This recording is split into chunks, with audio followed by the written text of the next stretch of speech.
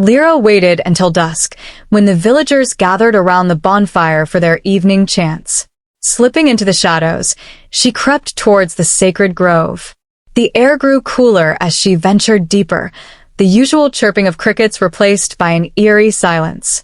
"I'll only take a peek," she whispered to herself, clutching the satchel she carried for collecting jungle trinkets. As she approached the glowing gem, encased in a spiral of ancient roots, her eyes widened in awe. It was unlike anything she'd imagined. Its surface shimmered with colors that seemed to dance and shift, evoking emotions she couldn't describe. But as she stepped closer, a loud rumble shook the ground. The gem's glow intensified, and a gust of wind swept through the grove, knocking her off her feet. A voice, deep and resonant, echoed through the space. "Who dares disturb the balance of Ajara?" Terrified, Lyra scrambled to her feet and fled, her heart pounding. She didn't notice the faint glimmer of the gem's light that now lingered on her palm. The following morning, the village woke to an alarming change.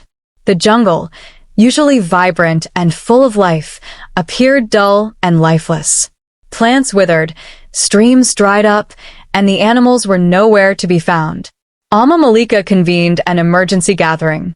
"Someone has violated the sacred grove," she declared, her voice trembling.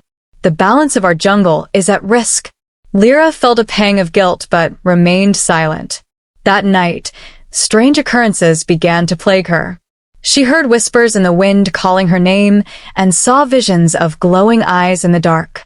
One dream, in particular, showed the jungle engulfed in flames, with the voice from the grove commanding her to restore the gem's power. Realizing the gem had imprinted its magic onto her, Lyra confided in Amma Malika. Instead of anger, the elder showed her compassion.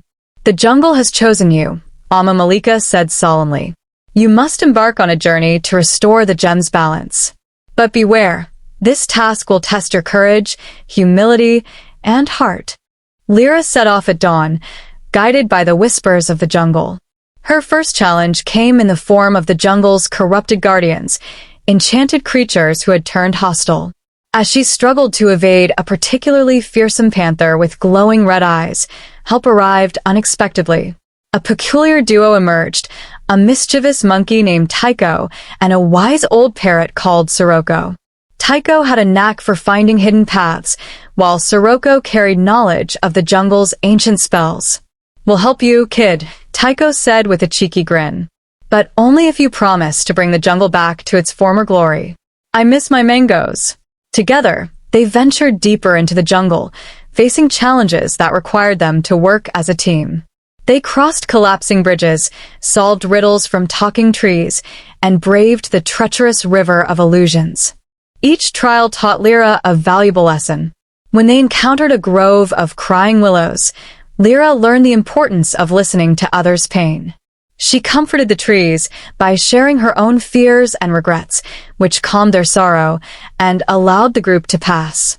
When Tycho's mischief led them into a trap set by stone guardians, Lyra had to forgive his recklessness and find a way to outsmart the guardians, teaching her about the strength of forgiveness. Finally, in the Hall of Echoes, where her worst fears were reflected back at her, Lyra learned the power of self-acceptance. She realized that courage wasn't the absence of fear, but the will to act despite it. Their journey culminated at the peak of Ajara, where the jungle's life force was strongest. Here, they faced the spirit of balance, a majestic entity that guarded the essence of the gem. "You have disturbed the sacred balance," the spirit thundered. "What makes you worthy of restoring it?" Lyra stepped forward, her voice steady despite her trembling hands. "I made a mistake, but I've learned that protecting something precious means putting it before your own desires. The jungle is not just a home, it's a part of us all.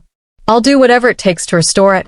The spirit tested her resolve by summoning an illusion of the lifeless jungle she had seen in her dreams. This time, instead of running, Lyra stood firm, channeling the lessons she'd learned. Her bravery reignited the gem's light. It pulsed with renewed energy, and the jungle came alive once more. Vibrant colors returned, streams flowed, and the creatures emerged from hiding.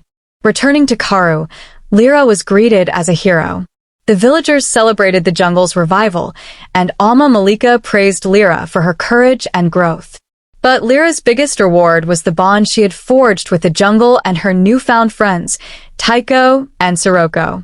She vowed to protect the sacred grove and ensure its magic was respected. As the jungle thrived once more, Lyra stood under the canopy, watching the sunlight filter through the leaves. She smiled, knowing she had not only restored balance but also found her place in the heart of the jungle.